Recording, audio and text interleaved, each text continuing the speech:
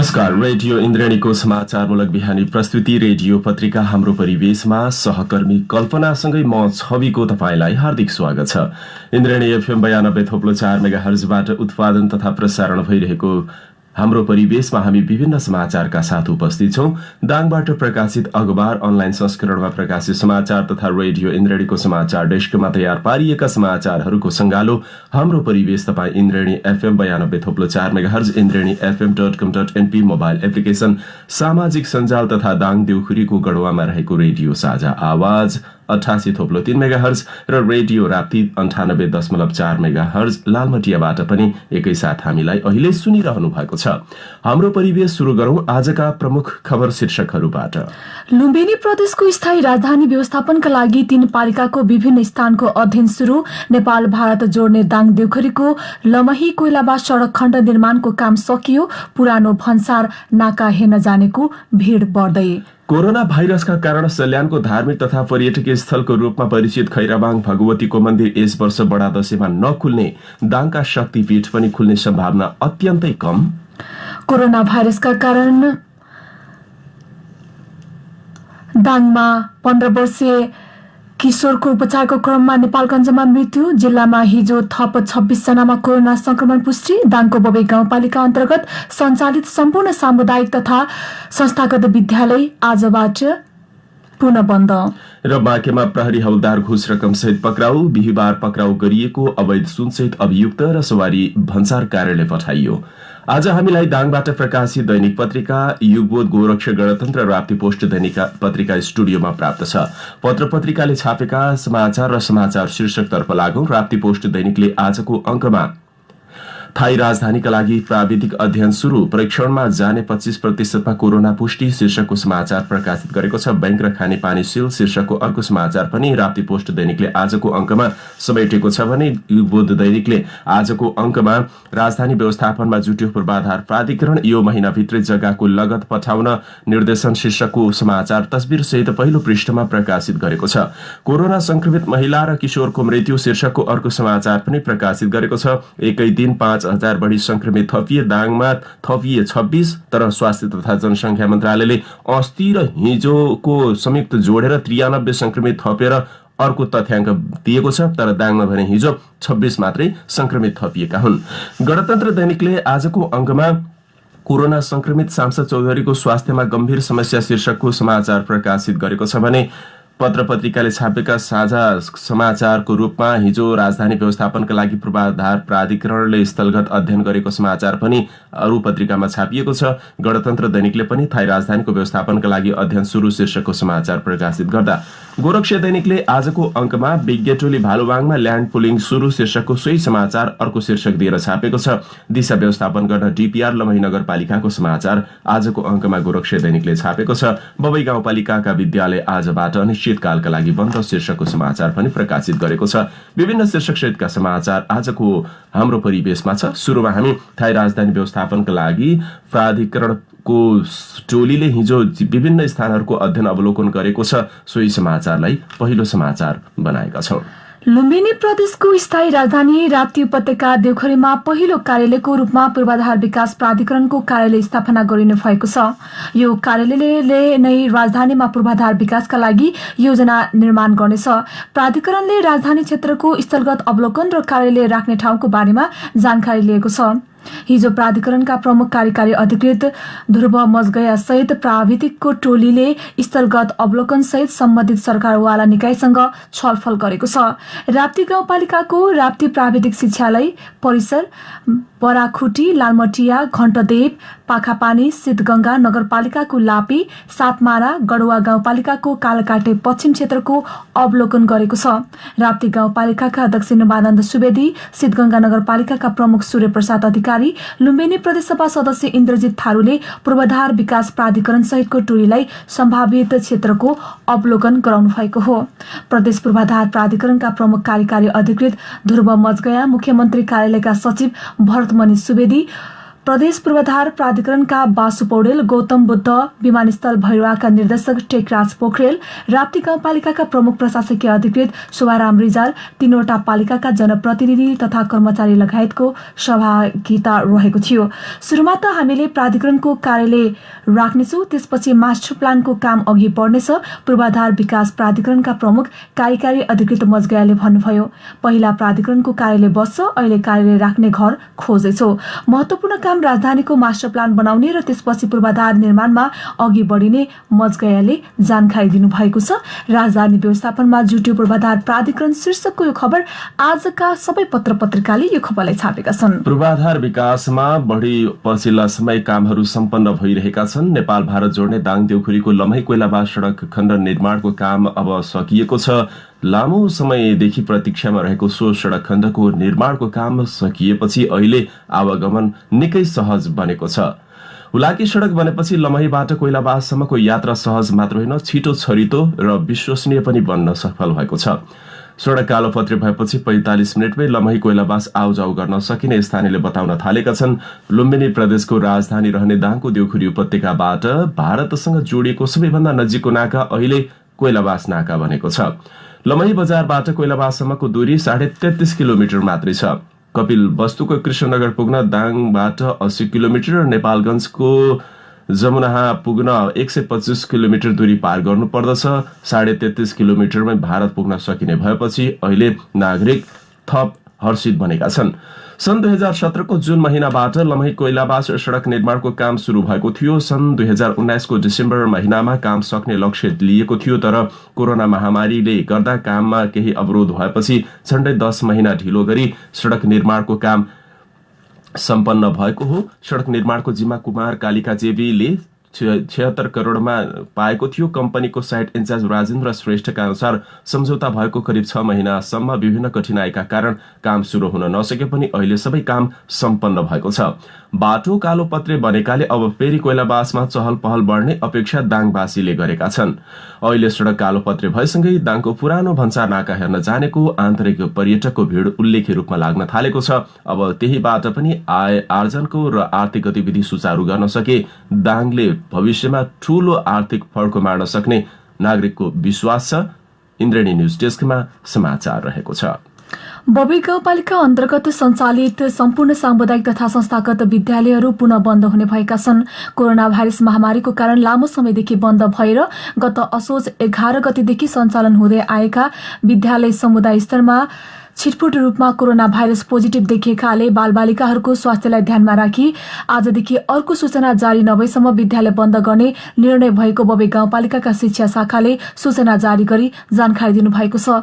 वैकल्पिक शिक्षण सिकाइ रेडियो शिक्षा शिक्षण कार्यक्रम भने पूर्व निर्धारित समय तालिका अनुसार साबिक बमोजिम जारी रहने बबी गाउँपालिकाका शिक्षा शाखा प्रमुख मोहन दाहालले जानकारी दिनुभएको छ। यो विषयमा थप चर्चा गर्दैछौं। बबी गाउँपालिकाले बालबालिकाको भविष्यलाई मध्यनजर गर्दै सुरक्षा जोखिम बढ्न थालेपछि अहिले सुरक्षाका मापदण्ड अपनाएर असोज 11 गतेबाट पठन पाठन सुचारू गरिए पनि वैकल्पिक माध्यमबाट सिकाइ सहजीकरण रेडियो शिक्षा मार्फत गर्न सकिने, तर भौतिक दूरी कायम गरेर विद्यार्थीलाई बालबालिकाहरूलाई विद्यालयमा बोलाएर पठन पाठनको सम्भावना अत्यन्तै कम भएको, जोखिम उच्च भएको भन्दै आजबाट अर्को सूचना जारी नभएसम्मका लागि विद्यालय बन्द गर्ने निर्णय गरेको छ। यो असहज परिस्थितिमा बबी गाउँपालिकाले यो निर्णय गरेको छ। यसका लागि बालबालिकाहरू अब घरमा त बस्छन्, उनीहरूको भविष्यसँग अभिभावकहरूको भूमिका पनि बढ्दै गएको छ। यो अवस्थामा तपाईहरूको थप रणनीतिक योजना के बनेको छ भनेर बबी गाउँपालिका शिक्षा शाखा प्रमुख मोहन दाहाललाई केही बेर अघि टेलिफोन सम्पर्क गरेर सोधेका छौं। लामो समयदेखि विद्यालयहरू बन्द नै थिए। हामीले वैकल्पिक प्रणालीबाट चाहिँ पठन पाठन गर्दै आएको थियौँ र यसै सन्दर्भमा हामीले असोज 2 गते सबै हेडसरहरूको मिटिङ बसालेर विद्यालयले गर्ने आफ्नो कार्ययोजना निर्माण गरेर विद्यालयले बनाएको कार्ययोजना अनुसार स्वास्थ्य सुरक्षाका मापदण्ड अपनाएर पनि विद्यालयमा प्रत्यक्ष पठन पाठन गर्ने भन्ने किसिमको सबै निर्णय भएको थियो। त्यही अनुसारले उहाँहरूले आफ्नो विद्यालयको कार्ययोजना आफै निर्माण गर्नुभयो र त्यही अनुसार विद्यालयहरू सुचारू रूपले सञ्चालन भइरहेका थिए। अनि अहिले आएर यो समुदायमा पाठ्यपुट रूपमा चाहिँ कोरोना पोजिटिभ देखिसकेपछि अभिभावकहरू पनि आफ्नो बालबालिकालाई विद्यालय पठाउन नसक्ने भनेर उहाँहरूलाई चिन्ता भयो र सबैबाट हामीलाई त्यही सुझाव आयो। केही समय विद्यालय बन्द गरौँ र प्रत्यक्ष पठन पाठनलाई चाहिँ अहिलेलाई रोकौँ, यो वैकल्पिक विधिलाई नै निरन्तरता दिउँ भन्ने सबैको सल्लाह भए अनुसार हामीले हिजो सूचना निकालेर आजदेखि अर्को सूचना जारी नभएसम्मलाई विद्यालयको प्रत्यक्ष पठन पाठनलाई बन्द गरिदिएको छौँ। अब विद्यालय बन्द गर्नुभयो, बालबालिकाहरू घरमा कति सुरक्षित रहन सक्छन्, रहन सक्दैनन्, अब अभिभावकहरूको भूमिका फेरि पनि बढाउनु पर्ने होला, पालिकाले के अपिल गरेको छ? होइन, अब अभिभावकहरू त हाम्रो अब स्थानीय स्तरमा चाहिँ समुदायमै हुनुहुन्छ, हाम्रा शिक्षकहरू समुदायमै हुनुहुन्छ। समुदायमै भएका शिक्षकहरूले उहाँहरू अभिभावकको सम्पर्कमा हुनुहुन्छ, उहाँहरूले सहयोग गर्नुहुन्छ अभिभावकज्यूहरूलाई। जस्तो बबई गाउँपालिकामा सर कति विद्यालय हो संस्थागत सामुदायिक, अनि त्यहाँ अध्ययनरत बालबालिकाहरूको लगत होला नि, कति छन् अहिले? हजुर, हाम्रो सामुदायिक विद्यालयहरू 34वटा छ र संस्थागत विद्यालयहरू 8वटा छ। हाम्रो विद्यार्थीहरू करिब 9000 छन्। यो 9000 बालबालिकाको भविष्यसँग यहाँहरू जति संवेदनशील भन्नुभएको छ सर, कोरोनाको पछिल्लो समय यो संक्रमण दर फेरि बढ्न थालेपछि बबई गाउँपालिका योबाट अछुतो रहने कुरा भएन। यो जोखिमलाई मध्यनजर गरेर वैकल्पिक शिक्षण सिकाइ सहजीकरणको प्रक्रिया यहाँले अगाडि बढाउँदै हुन्छ। यसको प्रभावकारिता, प्रभावकारी कार्य मूल्याङ्कनको अवस्था सँगसँगै जसरी यसमा गरिएको खर्चको यसपछिको उपलब्धि के हुन्छ भन्ने बारेमा पनि यहाँहरूले केही अनुमान लाउनु भएको छ? यसो सर, अब हामीले चाहिँ वैकल्पिक प्रणाली भनेको त एउटा बाध्यताले गर्ने कुरो होइन। त्यो चाहिँ यो प्रत्यक्ष पठन पाठन जस्तो प्रभावकारी त हुँदैन, तर चाहिँ अब केही नहुनुभन्दा केही हुनु राम्रो भन्ने कुरालाई चाहिँ मध्यनजर गरेर हामीले रेडियो शिक्षा सिकाउने कार्यक्रम र टोल शिक्षा कार्यक्रम पनि सञ्चालन गर्दै आएको थियौँ र रेडियो शिक्षा सिकाउने कार्यक्रमलाई हामीले निरन्तरता दिने पनि भनेको छौँ, निरन्तरता दिइ पनि रहेछौँ। यो हाम्रो बाध्यता हो। अब त्यो कक्षा कोठामा भएको प्रत्यक्ष पठन पाठन जस्तो प्रभावकारी त हुँदैन, तर पनि त्यसले विद्यार्थीहरूको एउटा पठन पाठनलाई निरन्तरता दिनलाई गर्ने त्यसले सहयोग गर्छ। विद्यार्थीलाई स्वार्जन गर्न पनि सिकाउँछ र अभिभावकज्यूहरूले पनि उत्प्रेरकको काम गर्नुभयो सर।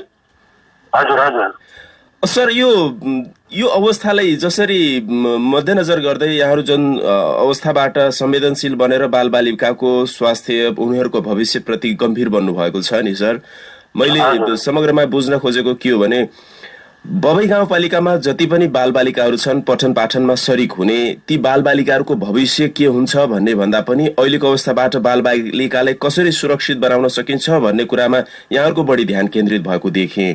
यो राम्रो पक्ष पनि हो। यसरी हेर्दाखेरि बालबालिकाको सुनौलो भविष्यका लागि बबई गाउँपालिका थप जिम्मेवार बन्दै गएको हो। हामीले त त्यही काम गर्ने गर्छौँ, सबै बालबालिकाकै लागि हो। हामीले शिक्षामा जति काम गर्छौँ, जति हाम्रा संरचना छन्, जति हाम्रो जनशक्ति छ, जति खर्च भएको छ, त्यसको केन्द्रबिन्दु भनेको त बालबालिका नै हो नि। बालबालिका नै हो। बालबालिकाको स्वास्थ्यलाई पनि हामीले चाहिँ अब महत्त्व दिनुपर्ने हुन्छ। उनको स्वास्थ्य सुरक्षालाई ध्यानमा राखेर नै हामीले बेला बेलामा यस्ता निर्णय गरेका छौँ। हिजो हाम्रो चाहिँ परिवेश अलि अनुकूल अवस्था जस्तो देखियो होइन, परिवेश अलिकति अनुकूल अवस्थाको देखिँदाखेरि हामीले सबै हेडसरहरूलाई बोलाएर प्रत्यक्ष पठन पाठनको व्यवस्था पनि मिलायौँ। उहाँहरूले आफ्नो विद्यालयको भौतिक अवस्था, शिक्षकको सङ्ख्या, विद्यार्थीको सङ्ख्याको आधारमा विद्यालयलाई कसरी सञ्चालन गर्ने भनेर सरकारवालाहरूसँग छलफल गरेर आफ्नो विद्यालयको कार्ययोजना आफै बनाउनु भएको थियो र सबैले आफ्नो फरक फरक ढङ्गले सबै विद्यालयको एउटै मोडालिटीबाट गएको थिएन। धेरै विद्यार्थी भएको विद्यालयमा यो किसिमले गइरहेको थियो भने कम विद्यार्थी भएको विद्यालयको पठन पाठन यो किसिमले भइरहेको थियो। अरू हामी विद्यार्थीप्रति, बालबालिकाप्रति बढी संवेदनशील छौँ र उनीहरूको स्वास्थ्य सुरक्षाको मध्यनजर गरेर हामीले पछिल्लो चरणमा यस्तो किसिमको निर्णय गर्नु परेको छ। उहाँ हुनुहुन्थ्यो बबई गाउँपालिकाको शिक्षा शाखा प्रमुख मोहन कुमार दाहाल। आजबाट बबई गाउँपालिकाले संस्थागत र सामुदायिक सबै विद्यालयहरूमा विद्यार्थीलाई विद्यालयमै बोलाएर पठन पाठन जो पछिल्लो समय भइरहेको थियो स्वास्थ्य सुरक्षा मापदण्ड अपनाएर कोरोना महामारीको जोखिमलाई मध्यनजर गर्दै अर्को सूचना जारी नभएसम्मका लागि बन्द गरेको छ। कोरोनाको जोखिम समुदाय स्तरमा थप भयावह हुन थालेपछि बालबालिकाको भविष्यलाई लिएर उनीहरूको स्वास्थ्यमा गम्भीरतापूर्वक नयाँ निर्णय गर्नु परेको अप्ठ्यारो परिस्थितिका बीचमा पनि वैकल्पिक शिक्षण सिकाइलाई भने आफूहरूले जोड दिएको, जसका लागि रेडियोको माध्यमबाट पठन पाठनलाई कम्तीमा पनि शैक्षिक गतिविधि यथावत राखौं र त्यसबाट पनि बालबालिकाहरू त्यसमा अप्रत्यक्ष रूपमा पनि जोडिन सकिन् भन्ने उद्देश्यका साथ त्यो चाहिँ निरन्तर राखेको, तर उनीहरूको भविष्य र स्वास्थ्यका लागि भने अहिलेको अवस्थामा विद्यालयमा विद्यार्थी बोलाएर पठन पाठन गर्न सक्ने अवस्था नरहेको भन्दै आजबाट विद्यालय बबई गाउँपालिकाले बन्द गरेको छ। अब अन्य समाचार। जिल्लाका अधिकांश पक्की तथा कच्ची सड़कहरू जीर्ण बन्दै गएका छन्। लामो समयदेखि सड़क मर्मत सम्भार नहुँदा सड़कको अवस्था बिग्रिँदै गएको हो। भर्खर निर्माण भएका केही सड़कको अवस्था ठिक भए पनि अधिकांश सड़कहरू बिग्रिँदै गएका छन्। यस्तै कच्ची सड़कको अवस्था सुधार गर्न सकिएको छैन। पछिल्लो समय पालिकाले नयाँ सड़क निर्माण गर्ने तथा कच्ची सड़क पक्की गर्ने कामको सुरु गरेका छन्, तर सबै सड़क सुधार गर्न सकिएका छैन। घोराई शहरदेखि हापुर जोड्ने सड़कमा यात्रा गर्ने यात्रुहरू हैरानी हुन थालेको वर्षौं भएको छ। कच्ची सड़क भएका कारण समय समयमा गिट्टी बालुवा छर्कने काम हुन्छ, तर त्यतिले मात्र सड़कको अवस्था सप्रिन सकेको छैन। वर्षातको समयमा हिलोको कारण सड़क प्रयोग गर्न नसकिने बनेको हुन्छ भने हिउँदका समयमा धुलोले हैरानी बनाएको हुन्छ। सड़क प्रयोगकर्ता लक्ष्मण थापाले सड़क सुधारको आवश्यकता भएको बताउनु भएको छ। घोराईदेखि रच्याचोर आँखा अस्पताल जोड्ने उक्त सड़कको अवस्था खराब रहेको छ। ससाना कामका लागि जिल्लाको सदरमुकाम घोराई आउनुपर्ने हुन्छ। कहिले त दैनिक जसो आउने जाने काम पर्छ, तर सड़कको अवस्था हेर्न लायक छैन उहाँले भन्नुभयो। ठाउँ ठाउँमा खाल्डा खुल्डी परेका छन् भने गिट्टीहरू थुप्रेका कारण दुर्घटनाको जोखिम बढाएको छ। घोराईतिर बनगाउँदेखि घोराई बजार जोड्ने सड़ककै अवस्था राम्रो छैन। सड़कका विभिन्न ठाउँ ठाउँमा सड़क सुधारका लागि ठूला गिट्टी लगायतका सामग्रीहरू थुप्रिएका छन्। सड़कका विभिन्न स्थानमा खाल्डाहरू परेका छन्। थापाले भन्नुभयो, 20 वर्ष चल्ने यातायातका साधन मुस्किलले 10 वर्ष चल्ने सड़क रहेको छ। देश संघीयतामा विभाजन भइसकेपछि स्थानीय सरकारले हेर्ने र चाँडो विकास हुने आशा भए पनि पछिल्लो समयको ढिला सुस्तीले आशा हराएको उहाँको भनाइरहेको छ। मुख्य सड़ककै अवस्था खराब हुँदा आफू मात्र होइन, हजारौं सड़क प्रयोगकर्ताहरूलाई समस्या आएको बताउनु भएको छ। यस्तै घोराई बजार क्षेत्रकै सड़कको अवस्था उस्तै रहेको छ। बजारका निमाहल रोड लगायत अन्य सड़कको अवस्था सुध्रन सकेको छैन। सड़कका विभिन्न ठाउँमा खाल्डा खुल्टीहरू परेका छन् भने मर्मतका लागि कसैको चासो अझै पुगेको छैन। जिल्लाका अधिकांश सड़क जीर्ण बन्दै शीर्षकको यो खबर आजको रातिपोस्ट राष्ट्रिय दैनिकले यो खबर छापेको छ। यता लमही नगरपालिकाको दिशाजन्य फोहोर व्यवस्थापनको परियोजनाको काम अघि सुरु हुन लागेको छ। नेपाल नगरपालिका संघको सहकार्यमा यस प्रकारको परियोजना सुरु भएको परियोजनाका फोकल पर्सन गायत्री कुमारी थापाले जानकारी दिनुभयो। लमहीमा सुरु गर्न थालेको दिशाजन्य फोहोर व्यवस्थापनको डीपीआर समेत तयार भएको छ। तयार भएको डीपीआरको बारेमा लमही नगरपालिकाका प्राविधिकहरूलाई जानकारी गराई ठेक्का आह्वान समेत गरिने भएको छ। कोभिड-19 का कारण डीपीआर तयार पार्ने कम्पनीका व्यक्तिहरू जिल्लामा आउन समस्या भएको बताइएको छ। जिल्लामै आएर जानकारी दिने भने पनि अब कोभिड-19 को कारण आउन नसकेपछि अनलाइनबाटै भए पनि जानकारी गराउने तयारी भएको फोकल पर्सन थापाले बताउनुभयो। नगरपालिकाका प्राविधिकहरूलाई जानकारी दिइसकेपछि केही दिनभित्र ठेक्का आह्वान गरिने उहाँले बताउनु भएको छ। परियोजना सञ्चालनका लागि लमही नगरपालिका र नेपाल नगरपालिका संघबीच 2075 पुस 10 गते सम्झौता भएको थियो। नगरपालिका संघको सहकारीमा देशभरका 5 वटा नगरपालिकामा यस प्रकारको परियोजना सुरु गरिएको छ। नेपाल नगरपालिका संघको सहकार्यमा नगरकामा शहरी सरसफाई सम्बन्धीको कार्य नमुना परीक्षणको रूपमा अगाडि बढाइएको छ। लमही नगरपालिकाका यसैगरी लहान नगरपालिका, धुलीखेल नगरपालिका, वालिङ नगरपालिका, भीमदत्त नगरपालिकामा यस प्रकारको परियोजना सुरु भइसकेको छ। परियोजना अन्तर्गत दाङको लमही नगरपालिका वडा नम्बर 5 मा रहेको ल्यान्डफिल साइटमा यस प्रकारको भौतिक संरचना निर्माण गरिने भएको हो। ठेक्का गरेर छनौट भएपछि भौतिक निर्माणको काम सुरु हुने फोकल पर्सन थापाले जानकारी गराउनु भएको छ। गोरक्षीय दैनिकमा यो समाचार आज प्रकाशित छ। बिहिबार अमेलियाबाट बरामद भएको अवैध 1 किलो सुन प्रहरीले राजस्व अनुसन्धान कार्यालय कोहलपुर पठाएको छ। आवश्यक कारवाहीका लागि बरामद भएको 1 किलो सुन र पक्राउ परेका 3 जना सवारी साधन सहित सबैलाई राजस्व कार्यालय कोहलपुर पठाएको जिल्ला प्रहरी कार्यालय दाङका निमित्त प्रहरी प्रमुख डीएसपी सुमित खड्काले जानकारी दिनुभएको छ। विशेष सुराकीको आधारमा जुत्ताको तलुवा मुनि लुकाएर लैजाँदै गरेको सुन प्रहरीले बरामद गरेको हो, जसको बजार मूल्य झण्डै 90 लाख बराबर पर्दछ। प्रहरीले विशेष सुराकीका आधारमा बिहिबार दिउँसो देउखरीको लमही नगरपालिका 9 अमेलियाबाट उनीहरूलाई पक्राउ गरेको हो। पक्राउ पर्नेमा 2 जना घोराईका र 1 जना बुटोलका व्यक्ति रहनु भएको छ। कोरोना भाइरसका कारण सल्यानको धार्मिक तथा पर्यटकीय पवित्र तीर्थस्थल खैरबाङ भगवतीको मन्दिर यस वर्षको बडा दशैंमा नखुल्ने भएको छ। कोरोना भाइरसको रोकथामका लागि सरकारले लकडाउन गरे यता बन्द रहेको खैरबाङ भगवती मन्दिर यस वर्षको बडा दशैंमा पनि नखुल्ने भएको हो। जिल्लाको शारदा नगरपालिका वडा नम्बर 11 मा रहेको खैरबाङ भगवती मन्दिरसँगै जिल्लाभरका सम्पूर्ण शक्तिपीठहरू बन्द रहने सल्यानका प्रमुख जिल्लाधिकारीले बताउनुभयो। प्रमुख जिल्लाधिकारी हेमराज तामाङले कोरोना भाइरसको संक्रमण बढ्दै गएकाले सर्वसाधारणमा यसको जोखिम थप भयावह हुन सक्ने भन्दै खैरबाङ भगवती मन्दिरसँगै जिल्लाका सबै शक्तिपीठहरू बन्द रहने जानकारी गराउनु भएको छ। यता दाङका शक्तिपीठ पनि खुल्ने सम्भावना अत्यन्तै कम हुँदै गएको छ।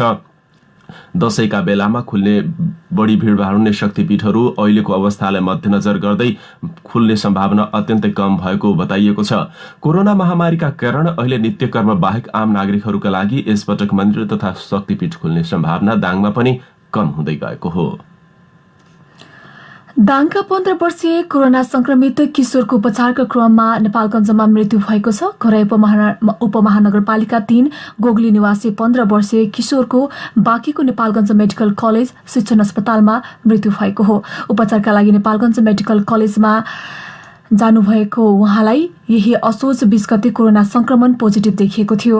स्वाब परीक्षणका क्रममा उहाँमा कोरोना संक्रमण देखिएपछि उहाँलाई अस्पतालको कोरोना उपचार युनिट सारेको थियो। कोरोना संक्रमण पुष्टि भएपछि उहाँलाई प्लाज्मा थेरापी विधिका माध्यमबाट उपचार गरे पनि किशोरको अवस्थामा सुधार नआएपछि उहाँको मृत्यु भएको अस्पतालले जनाएको छ।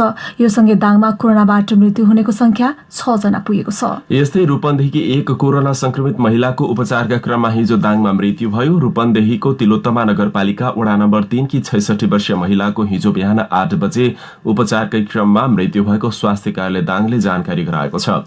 मृतक महिलालाई अस्ति दिउँसो मात्रै दाङको बेलझुण्डी स्थित कोरोना विशेष अस्पतालमा उपचारका लागि ल्याइएको थियो। उपचारका क्रममा मृत्यु भएको स्वास्थ्य कार्यालय दाङका कोरोना फोकल पर्सन कमल चन्दले जानकारी दिनुभयो।